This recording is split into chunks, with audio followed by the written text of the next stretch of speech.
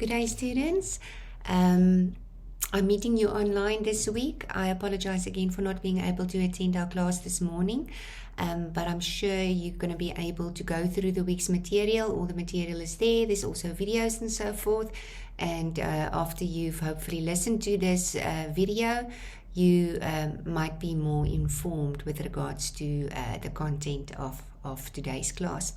Okay, so today we are doing week 9, not week 8 as I have in front of me here now. So last week we focused on reciprocating relationships, where we looked at the model of the Trinity and how God's covenant invites us into a specific type of relationship with specific elements such as empowerment, grace, and then intimacy, which forms part of that covenant and the covenantal relationship we should share with each other in a reciprocating manner.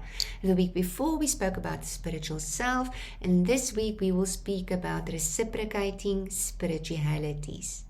Now, you have to think about this wording, reciprocating spiritualities, because spiritualities becomes a noun, like reciprocating persons. But you can also turn it around and say spiritual reciprocities. Spiritual reciprocities, where that now becomes a descriptive word, spirituality, spiritual reciprocities, and reciprocities becomes a verb. So we can go into detail on that a little bit later on, but today we are focusing on the noun of spiritualities and reciprocating, which is then a verb. So what we are referring to is that we are embodied spiritualities as people, as God's children, as God's creations. We are embodied spiritualities, and therefore it is in actual fact our spiritualities that reciprocate, and not us in our human form, but that spirituality. And I think it was our first session where somebody asked the difference between the spirit and the soul, and I believe I went into a discussion of that. But when I refer to the spirit, I refer to the spirit given to us by God. So there is a createdness in there. I'm not specifically referring to when we receive the Holy Spirit upon baptism or whatever your tradition then believes, but I believe the spirit that comes from our Creator, independent of the fact if we might be religious or not. Okay, so independent of the fact if we accepted God's covenant. But because remember what I said last week, God's covenant is one-sided, is unconditional only from His side, and not from our side. And therefore that covenant will be foundational and would never go away, because it is initiated by God. And one of the first initiations of the covenant was in the createdness of Adam and Eve, where the Spirit was blown into us. That is the Spirit of life. So we can say, yes, it is a Spirit that gives us life, in the sense of we can literally live, breathe, walk, and so forth, but it's more, because life becomes ambiguous here as well. The spirit of life is intended for a life with God and amongst believers. So that is the type of spirit I am referring to here, and that we embody that spirit, and that it is in these spiritualities that we receive from each other and give to each other. And that spirit shares the Spirit of God. Okay. You will see that there's 2 sections in this week. So it is the knowledge section that I have here, and then also discovering your strengths, which is the LinkedIn Learning course that you have to complete. But then there's an additional section that I added just for fun. So you can complete the LinkedIn course, but the for fun section is a mini free version of the MBTI personality test. Now, the MBTI is a standardized, globally standardized personality test that tests traits more than anything else, if you understand personality to be a combination of specific traits. Now, the people who designed this test, it's a very long time ago, they recognized that there are a few traits that people share or that they have in common. And the combination of these traits produces a certain type of person, behavior, needs, desires, and so forth. And what it actually means is it's not set in stone in the sense of you are exactly this way, but you will see that there would be hopefully some commonalities of how you engage with the world, how you engage with information and data, how you process it, how you position yourself in your environment, in your context, and in your relationships, how you gain energy, and so forth. So this is just for fun. It's not going to be assessed. It's not for criteria, but I want you to take it. If you have the time, take it. It's fun to take it. It's a shortened version. It's a free version, so it's not a formal one that you can only get from a psychometrist. But take this one because it's quite accurate as well. I've done the real one quite often, and I've done this one quite often as well, and the results are the same. So I think this is a very accurate one. So take the test, and then next week when we meet each other, let's discuss and talk a little bit on it, what your experience was, what do you agree with, what did you not agree with, questions you might have, and so forth. I think it's always good to first understand yourself a little bit better, because we not too often do we sit still and think about our qualities and how people experience us. Yes, we think about our strengths and we might be subtly aware of our weaknesses, but we do not really reflect on how we think people experience us. And this might be a good indicator to reflect on that. Because why? It will influence your relationships, how you develop relationships, how you maintain that relationships, and so forth. So I think it is crucial. And share the link with your family members and your friends. It's a fun activity, and see how do you compare, how do you differ, and so forth. And let's talk about that next week. Okay, so let's go back. So this discussion will only be on the first section, and that is the Reciprocating Spiritualities. And as always, you can go through the material, what you will learn, what you have to do, and so forth, and the summaries, and the group that is involved for the specific summaries. What I want to do now is first go to the Doodly videos that I've created, because it summarizes the material for you. You have to please, on your own time, go through the prescribed material. This is now the section for prescribed material. And there's specific concepts that you have to take note of. Defining the topic on what is meant by reciprocating spirituality is quite important. What does a relational development systems perspective say on the issue?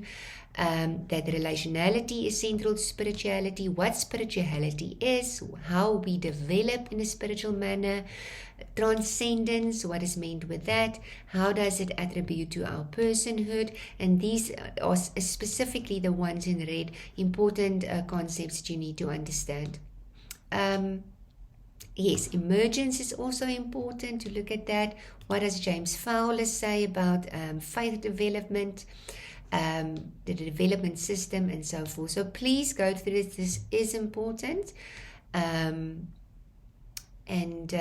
Yes, this is quite important. So you remember you will write a test, and this section will definitely be in the test. So it is important that you share that, or that you look at that, and that you study that section. So that is where the summaries will become important as well. Take a look at what that group post on the summaries during your studies as well.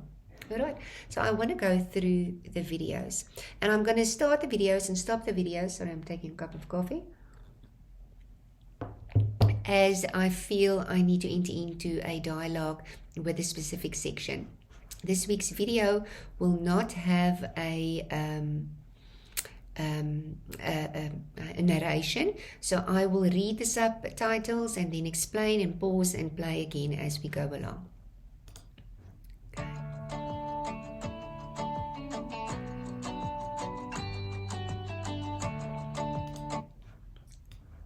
Okay, So if I can pause it here. It says here, spirituality refers to the propensity, that is the ability, to be aware of and seek after a sense of ultimacy, such as God, absolute truth, all of humanity or creation. Ultimacy is that which cannot die or pass away. Now, a universal human capacity or a quality of a person's character, personality, or disposition that propels and maintains the search for transcendence. So what is transcendence? It is the ability to move out of your material capacity, even your personality, your context, your relationships, and look for something more, something higher, something transcendent, something ultimate that gives your life purpose and meaning. It is in essence a search for purpose and meaning, and transcendence is finding that meaning. So it's transcending your material reality and moving up to a higher position in terms of your spiritual being. Now, please note the difference between spirituality and religion. It's not the same thing. You might believe in God, that is religion. Remember, religion, Afrikaans says, is quite beautifully, godsdienst. So in other words, is where you serve a God. And a religion is often institutionalized, where you will attend church and there will be a service and you worship and you pray to God and so forth. And that is religion. It is very much institutionalized. Where spirituality can include religion or be part of your religious being, but it can also exclude religion. So you get people all over the world who might not be religious, and they will tell you that I'm not religious, but I'm spiritual. And what does that mean? It basically means that people tend to search then for that transcendence, that ultimate being in other areas of their life, perhaps in other religions, perhaps in nature, perhaps in events and so forth. But that search for meaning and purpose that transcends our material being is what we call spirituality. And all people have the capacity to be spiritual. If you believe we are created in spirit, which we are, we will naturally have that propensity. Even atheists or agnostics or people that claim they do not believe in anything find it very difficult to move away from our natural tendency to be spiritual, because we are made to search for meaning and purpose. So if an atheist says, I do not believe in a certain God, or God as such as a being, even an atheist can search for meaning and purpose beyond their material existence. And that will make them spiritual as well. To strongly believe in the fact that I don't believe in God is also a spirituality and also a religion. We can argue that as well. Okay, so let's see what it says further.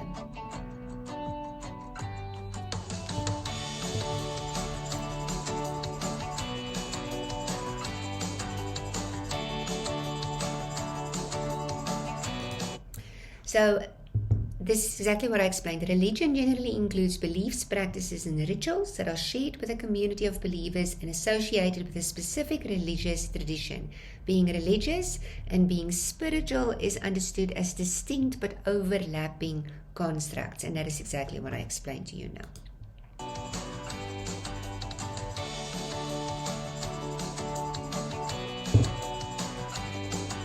So now we're going to explain what is reciprocating spirituality. Transcendence, that is a notion that an individual has an acute awareness of something or some other greater than himself or herself. That is transcendence.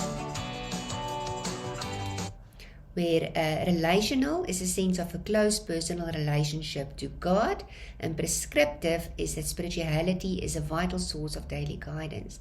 So in other words, what is reciprocating spirituality can be defined in these three terms. It is transcendence, it is relational, and it is prescriptive. Reciprocating spirituality is transcendent, and that is the acute awareness of something or some other greater than him or herself. It is relational, and that comes in the reciprocating part. That is a sense of a close personal relationship to God, or if you speak outside the Christian tradition, to a higher being. And then it's also prescriptive in a sense of it shows you and guides you how to receive purpose, meaning, daily guidance, inspiration, and so forth.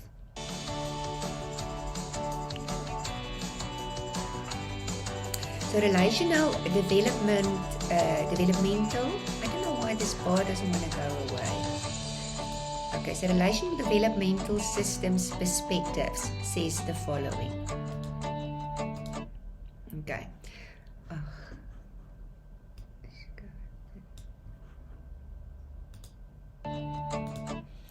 Okay, so it says a religious and spiritual development occur through ongoing transactions between individuals and multiple socio-cultural contexts. So relational development systems approach.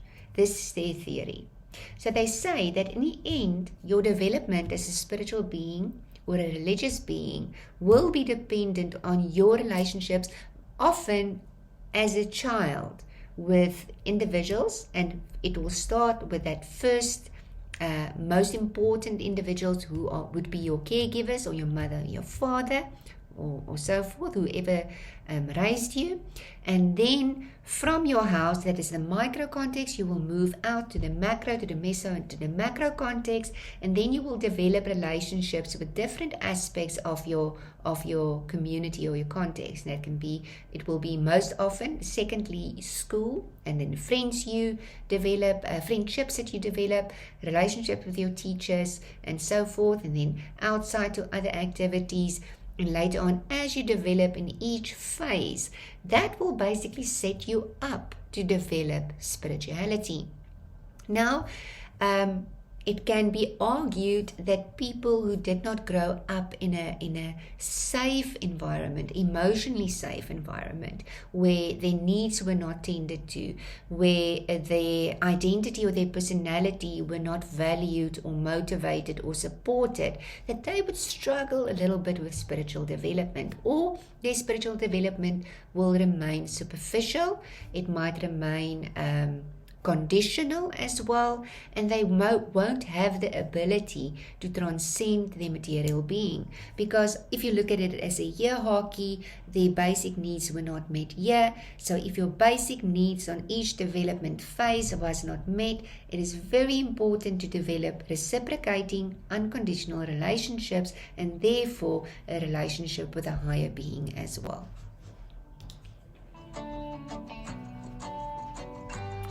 The markers of reciprocating spirituality are the following. Is firstly, transcendence, that occurs in transactions that call forth devotion and exert ordering power on the rest of one's life and provides a sense of meaning and purpose, immanence, boundlessness, and ultimacy. So that is a mouthful.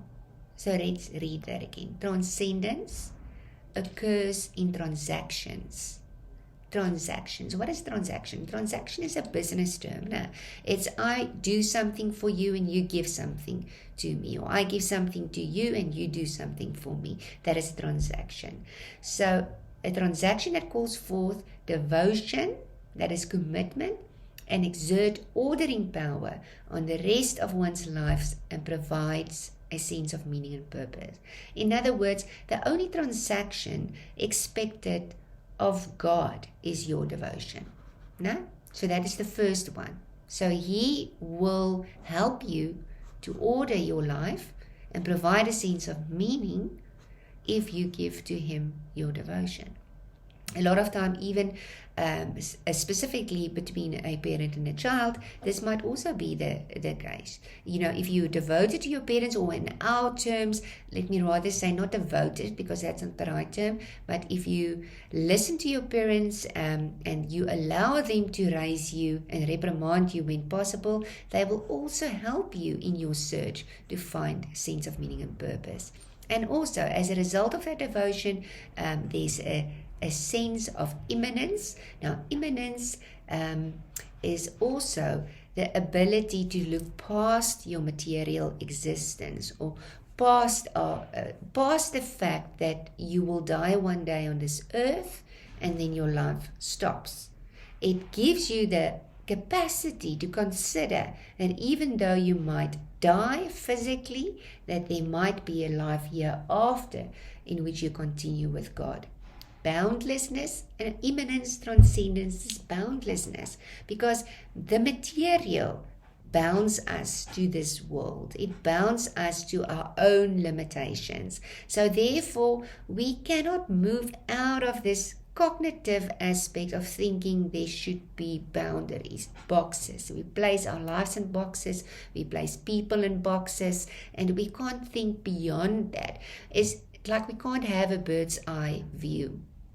But God provides us with the idea that life can be boundless, that there is, even in the year after, a dimension that is characterized by boundlessness. And then obviously ultimacy as well. Ultimacy, that is the highest form of meaning, available and applicable ultimately without bounds.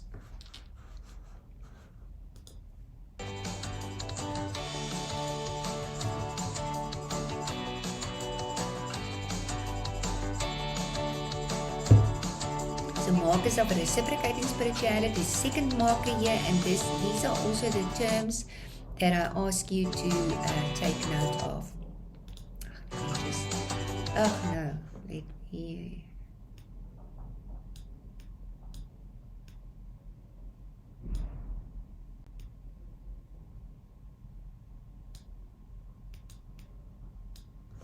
Okay, so let's pause it here. So fidelity, the first concept then was transcendence, the second one is fidelity.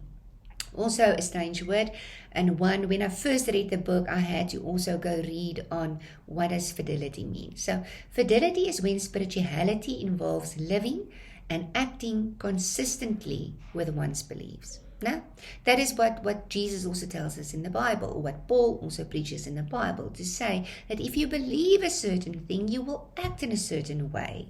You can't have faith without certain behavior. And that behavior is not to be worthy to receive grace and love and intimacy. That behavior is a natural result of what you believe. So fidelity is when spirituality involves living and acting consistently with one's beliefs. So it's not just a belief, a cognitive belief or faith that you have. Even faith is cognitively situated in the sense of it remains here. But spirituality is also living in a certain way. You can't call yourself spiritual if you do not act in ways that meet the expectations of what you believe. So it's easy to concretize that for a Christian, because we say that obviously our Christian spirituality motivates us and supports us to go to church and to engage in certain rituals like the sacrament and communion and baptism and so forth. And even beyond that, we might speak a certain way, we might relate with people in a certain way based on our faith.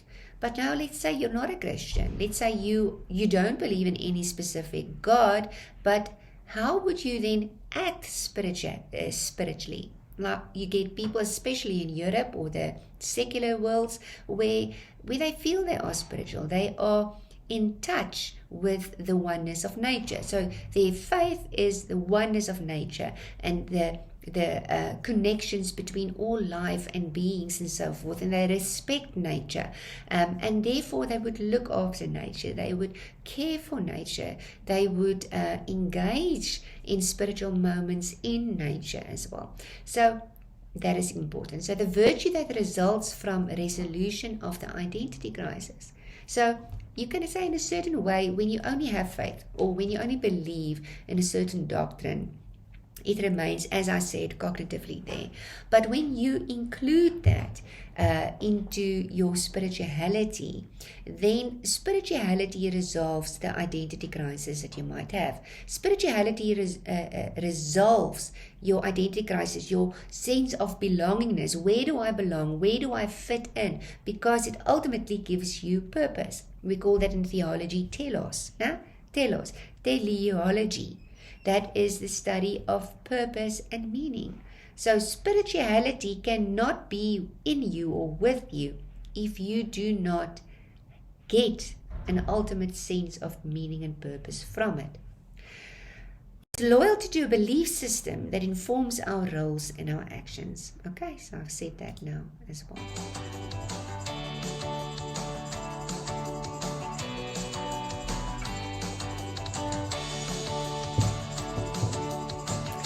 So the third quality here is contribution.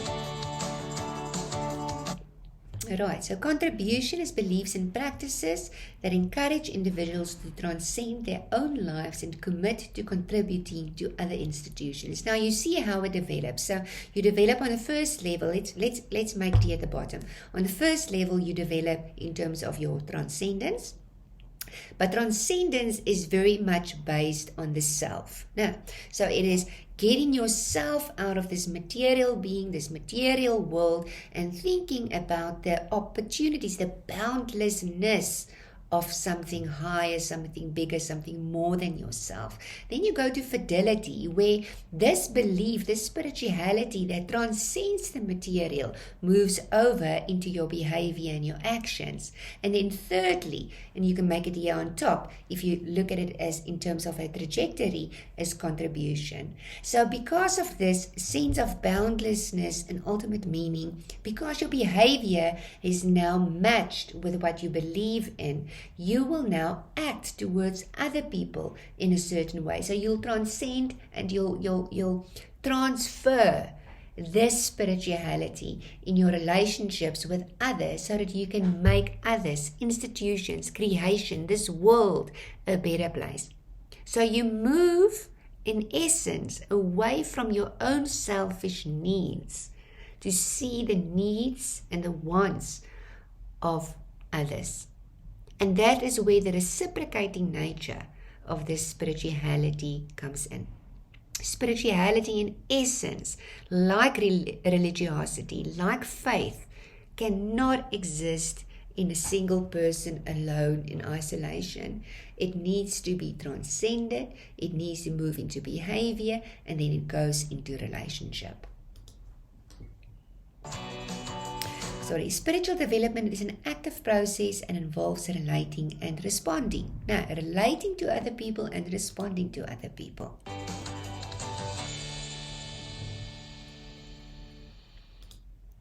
Okay, so there's a second video that we can watch just now as well.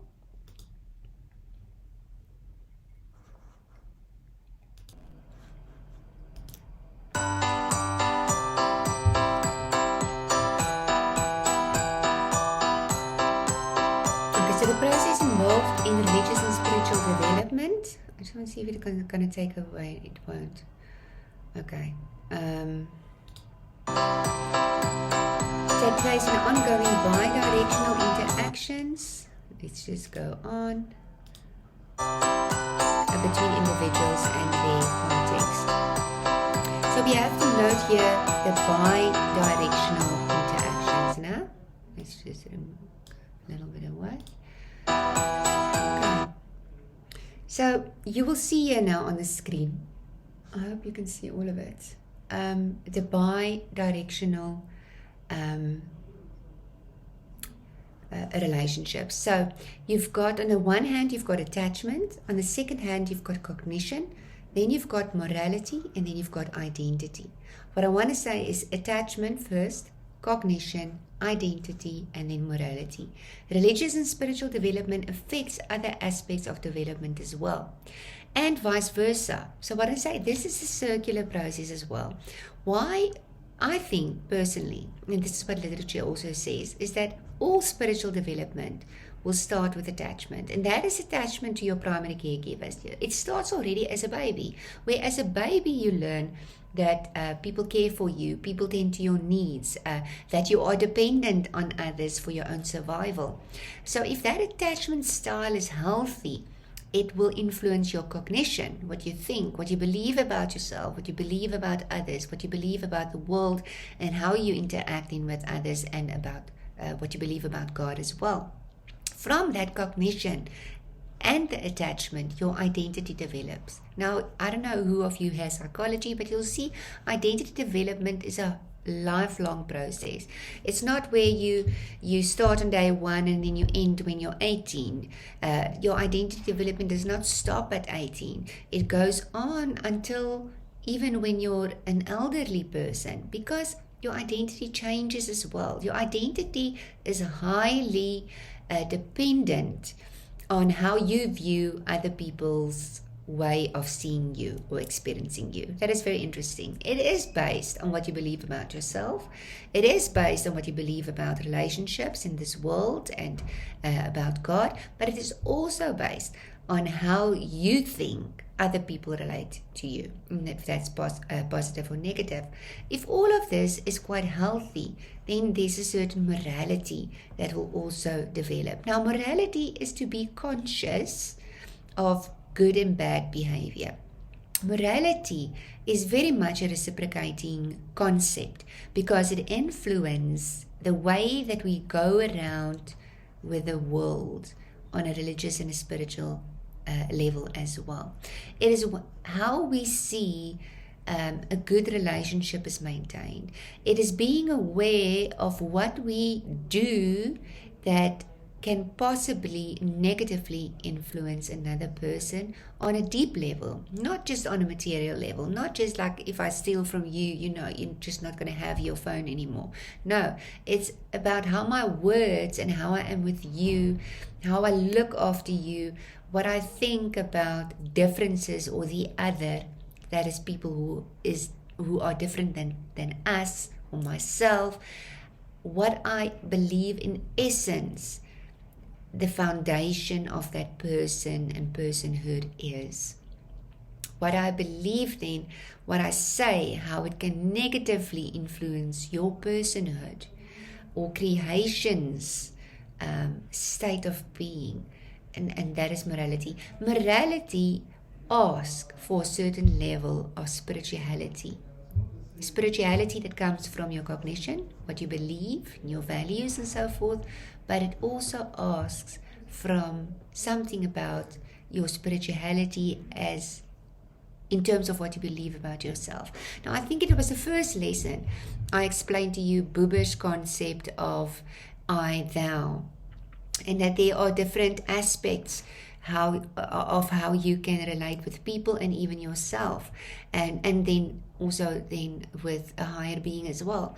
And the ideal relationship is an I-thou relationship. I value myself and I value you, even though you might be different to me, and I have a real spiritual connection with you. So I keep myself in high regard and I keep you in high regard because there's certain essential things that I believe. For instance, I might believe on a moral level here that all people deserve respect, irrelevant of who they are, what they have, what color they are, what religion they are. All people deserve respect because that is what I know from my faith, and that is what I know God expects of me. So that is, in essence, then it will influence the way that I interact with other people and make other people feel. So development of reciprocating spirituality, how does it happen?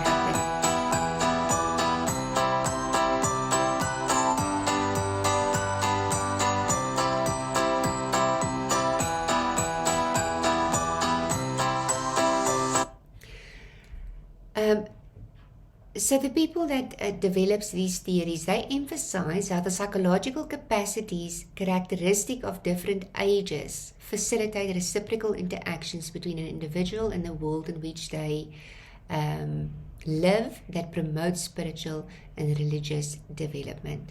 All right.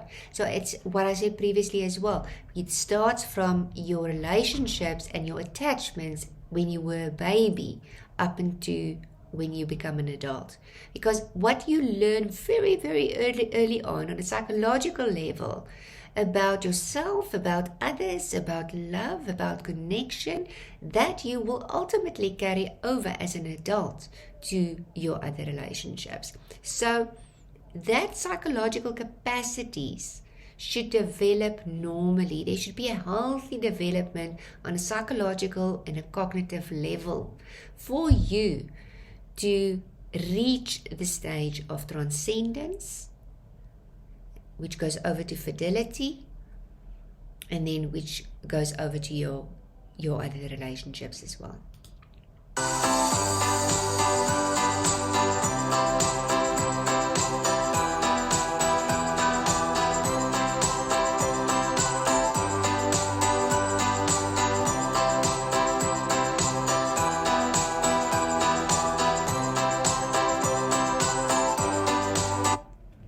Reciprocating spirituality involves sufficient cognitive and emotional capacities to be aware of and grasp that which is beyond the self, while growing in self-knowledge and understanding.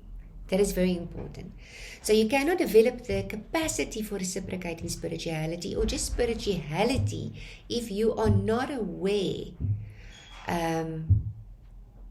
of the things and the existence and the ultimacy and the boundlessness of that outside of yourself. And you can see that very clearly in a child's development as well. Up until the age of about 4 or 5 years old, children are very, very self-centered. And that is also natural because they move from, as a baby, they didn't have a self. They don't even acknowledge, or cognitively, they're not aware of their existence as an individual person.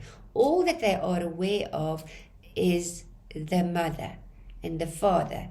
So that figures that tend to my ultimate survival needs. That is what a baby, and as a baby develops along, you will see when a baby looks in a mirror as well. I don't know if you've ever seen that. They don't recognize themselves. They would say it's a baby. That happens up until the age of 2 years, where at 2 more or less a baby would recognize, this might be me. At 3, 4 years old, they would show to themselves in a mirror and call their names and say, okay, I recognize myself. But at that age, from 3 years to 5 years about, children are very self-centered because now they've recognized I am a being on my own and I've got certain needs. And I also know now that other people will tend to these needs. And that is where the tantrum stage comes in, because as soon as you limit the tendency to look after their needs or to give them what they want and asking for, they would become upset because they don't have the capacity, neither the emotional or the cognitive capacity to think about the reasons why you are telling them no for pudding before dinner, for instance. They don't have that capacity. All that they can think about is themselves, their needs. They want it now. They don't have an idea about time as well. So at that age, often children would develop separation anxiety from their parents as well, because they cannot understand that you drop me off, but you will come back later. That is something that they need to see as you develop along. So a person develops from very self-centered nature to move outside of yourself. And remember that unconditional or unidirectional and bi-directional type of relationship that you need to develop. It starts as unidirectional, where the parents look after the child, and then it should develop into a bilateral or bi-directional type of relationship where both people, let's say it's 2 people, are aware of each other's needs, are aware of how you can help each other fend that needs, and are aware of the whole idea about give and take. Sometimes we give, sometimes we take. That reciprocity. So you need that cognitive development, you need that emotional development to transcend yourself, to transcend the material. And before you can transcend, you need to understand yourself sufficiently. And that's why I'm referring you to that personality test as well, to really understand yourself and why you behave the way you do often. So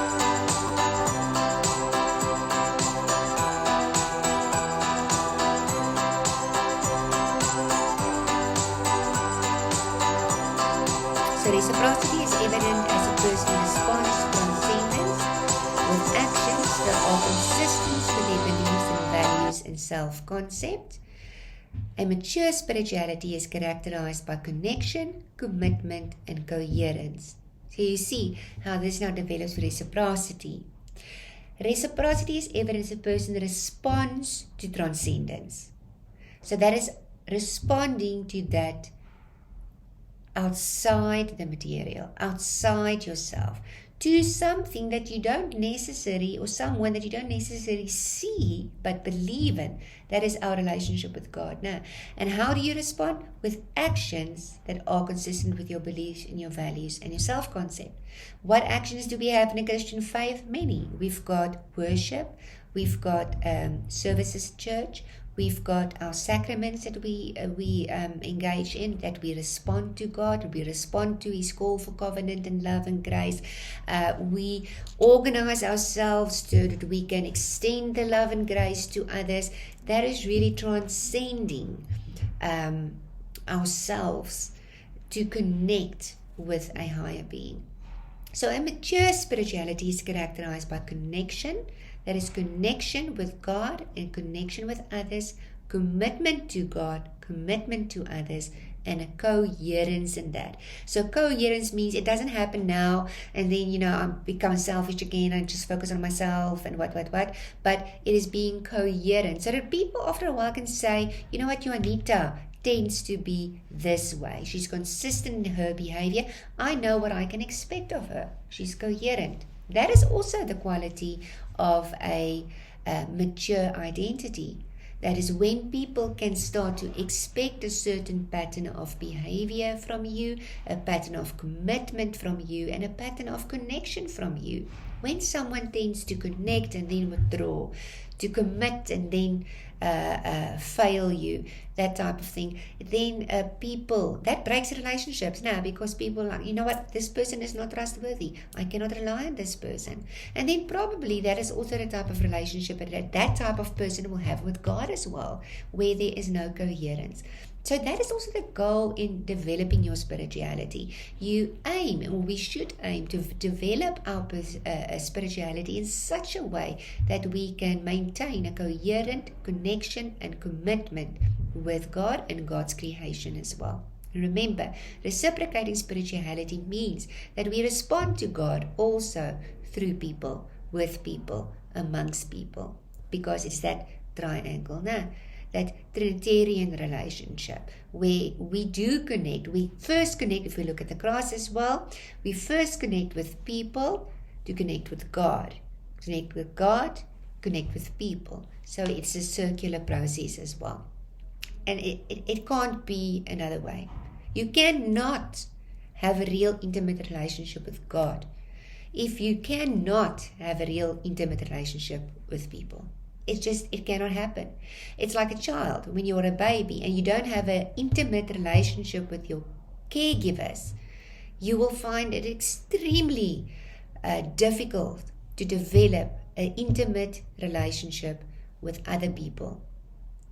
You understand what I'm saying? So people are given, parents are in essence given to children to model, to imitate what our relationship with God should be. And we need each other to teach people that.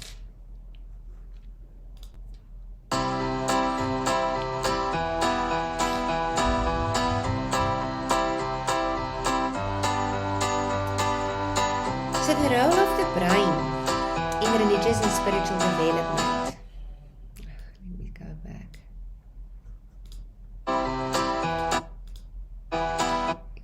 That is quick. Huh?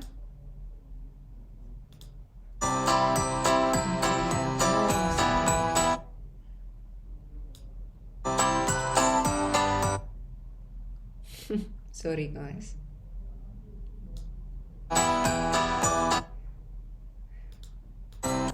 So religiousness and spirituality are not singular human capacities or located in a specific location of the brain. So when we look at psychological theories, you will see, if you have psychology as well, people will often say, you know what, your memory capacity is situated in a specific area. Your emotions, your fight, flight, and freeze tendency is situated in your limbic system or your amygdala.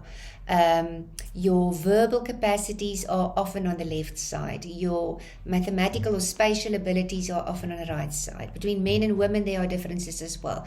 Men or males tend to have a larger area in the brain for spatial abilities, where women have a larger area in the brain for language abilities and so forth. Spirituality doesn't work that way. So people would often say, so where is spirituality located?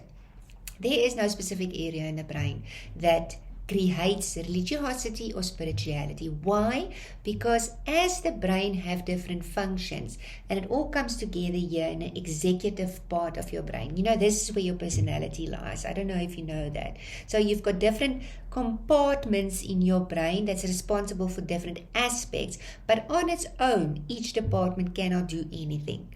So it's an amalgamation of how these different functions work and come together in your executive functioning brain. This is your prefrontal cortex that develops who you are. Now we can say people who are not religious might say that's your personality.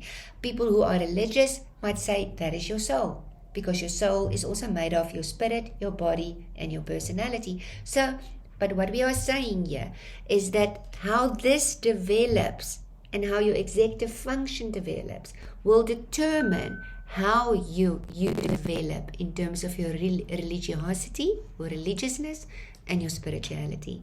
That is the potential that you have, and everyone's potential is not the same. Why? Because remember, in your amygdala, your emotional brain, you develop emotional intelligence, you develop fight and flight responses, so it's how you regard your environment and people to be dangerous or not, and that influences your attachment to people. Your attachment to people will ultimately influence how you attach to a higher being, and if you have the capacity to transcend the material, to transcend yourself, to go into a relationship with other people.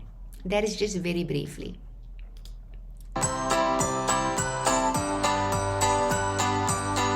Rather, they involve complex emergent properties that come into being through the interaction with other people's social cultural systems and God. So that's what I said. So it's a complex emergent properties. These are the different properties through interaction with other people. Because as you interact with people, as you interact with your environment, as you interact with knowledge systems, you develop language, you develop kinesthetic abilities, movement abilities, you develop your emotional brain, you develop your problem-solving abilities, communication abilities, etc., etc. In the same way, that will help your brain develop a spiritual capacity. So all development occurs through relationships, but it is especially seminal to spiritual development because spirituality involves transcendence, a highly acute form of connection, and awareness of something beyond the self. Now, a highly acute form of connection and awareness of that beyond yourself. So, relationship is the source for your spiritual development, because only in relationship can it be modeled how you move away from yourself to the transcendent. Where? How you see it with your parents, you see it in church, how they engage with other spiritual people, how they engage with God, if they engage with God at all. It happens through relationships. Very few people come to faith without a relationship. Very, very few people. So let's say, for instance, you were not raised in a Christian faith, so you've never seen it in your house and so forth or whatever. Normally when people are converted or when they give their life to God, they do not do it in isolation. They don't just do it even by reading. You can read even the Bible as much as you want, but you need a relation to invite you into that relationship with God, to invite you to the covenant and acceptance and grace and love of God, and then to show you how it's done. to show you. And that is why testimonies, when you find testimonies in the church as well, is so profound. Because often through the testimony of other people, people come to faith. Because it's relational. We make it concrete for ourselves through people. Okay. And that's why Jesus said, also go out to the nations and make them my people. Go out. He didn't say, print my words on a book and just distribute it. No, he said, you must go out to all the nations. It's in relation. And you'll see even the relationship that Jesus developed with his disciples and the apostles, and how Jesus related to people when he was on the walk, on the move. Jesus was always on the move. I don't know, he just sat still to pray and then he was on the move. And as he went on the move, he didn't just shout out things like we often find people doing these days, from the Bible, whatever. What did he do? He never started with, look, I am the Son of God and you believe to me because the only way is through to the Father is through the Son. No, he did not say that. He started a conversation and then a relationship, and then he would say something of significance or draw them into the reality, the spiritual realm of God. No? Isn't that true? Jesus was a master in creating relationships. Okay, so you will see here something about the cross as well. Huh? Let me just pause this. Okay. So you see some, okay, you can't see me. The first one is relationality. So that development, first, all types of development, but specifically spiritual development, will start with that relationality. That relationality will influence your brain's development, your thinking capacity, your emotional capacity, your cognitive capacity, your understanding capacity. Relationality develops the cognition. And when through relationality your thinking is influenced, you can move into a religious context. It's the only way that you can transcend yourself and your material and anything else to move into a committed, coherent, religious or spiritual relationship.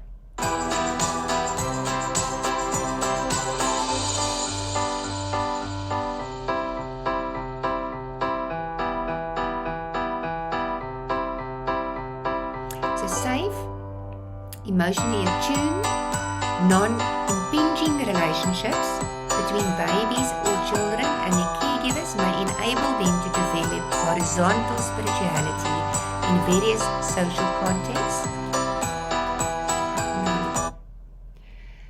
that will provide the foundation for the development of reciprocal spirituality with what is further beyond the self, such as God or even a community of saints. So I don't think I need to elaborate any more on this. This is exactly what I explained. So through your caregivers, your relationship as a baby with your caregivers, you will develop the capacity to do this. To develop human horizontal relationships. And from those horizontal relationships, you can only from those relationships can you move into a vertical relationship with the spiritual realm, with God, with a higher being, that above and beyond and outside yourself.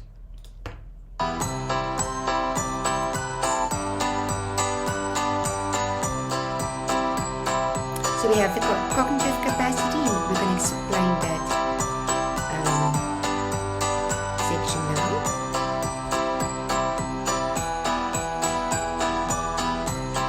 So whether scaffolded by the family or the result of personal searching as a person constructs their sense of identity, the sense of knowing God may lead to a deep integration of God concepts into one's identity as individuals integrate a set of images of themselves into their identity.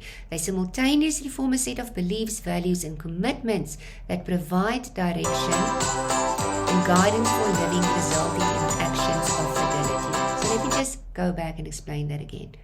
That is what I explained to you formally as well.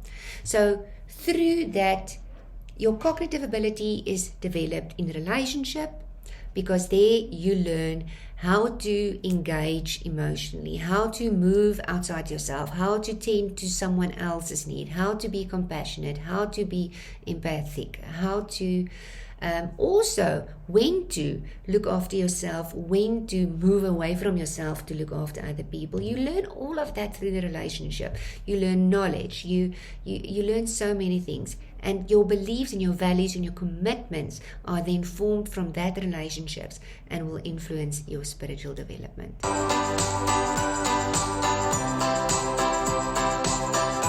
on a spiritual or religious context level, so in other words, the question is here, what do we learn from a religious context as well? Spiritual disciplines such as meditation, silence, and lectio divina serve to draw believers into the reality of the presence of God, allowing Scripture and the Holy Spirit to reform and to shape them rather than studying Scripture and analyzing the text for meaning. In other words, I'm not saying this, and the book is also not saying that you should not read the Word of God. Obviously, you should read the Bible and you should read and reread, because that deepens that level of commitment. It deepens your level of understanding and getting to know God. But it will always be enacted or performed in relationship. And that is what a religious or faith context should do or should be to people. Church should not be a building to go to. You shouldn't go on Sundays to just listen to a sermon and go back home and just continue with your life. You should go to a faith community for relationship. Because in that relationship, yes, during worship, during sermon, during the tea that you drink afterwards, and the engagement you have with the people of God, there you develop your spirituality, a deeperness, I don't want to say deepness, a deeperness inside yourself. And remember that spiritual development is it centrifugal? What do they call it in English? So it can just, it's boundless, but you can just develop deeper and deeper and deeper and deeper and deeper and deeper and deeper and deeper. There's no bounds to that. It's not a box. It is not like our thinking is boxed, has boundaries. And your religious context and your ongoing relationship with other people, your ongoing relationship with God, your ongoing interaction with the Word of God and other literature will just deepen the spiritual development. And that's why if you do not engage in that, people who do not engage in faith communities or in Bible studies or read literature or talk about their religion and their spirituality, they remain on a superficial level. And they actually deprive themselves of that deeper sense of meaning that we can find from that, because nothing material can fill that hole. If you can ever do yourself a favor, if there's a book that you can read, it is the book by Viktor Frankl. I will write it down for you, where it's called A Man's Search for Meaning. It's actually a very, very thin book. I wonder if I have it here. Let me see if I can find it and I can show you quickly.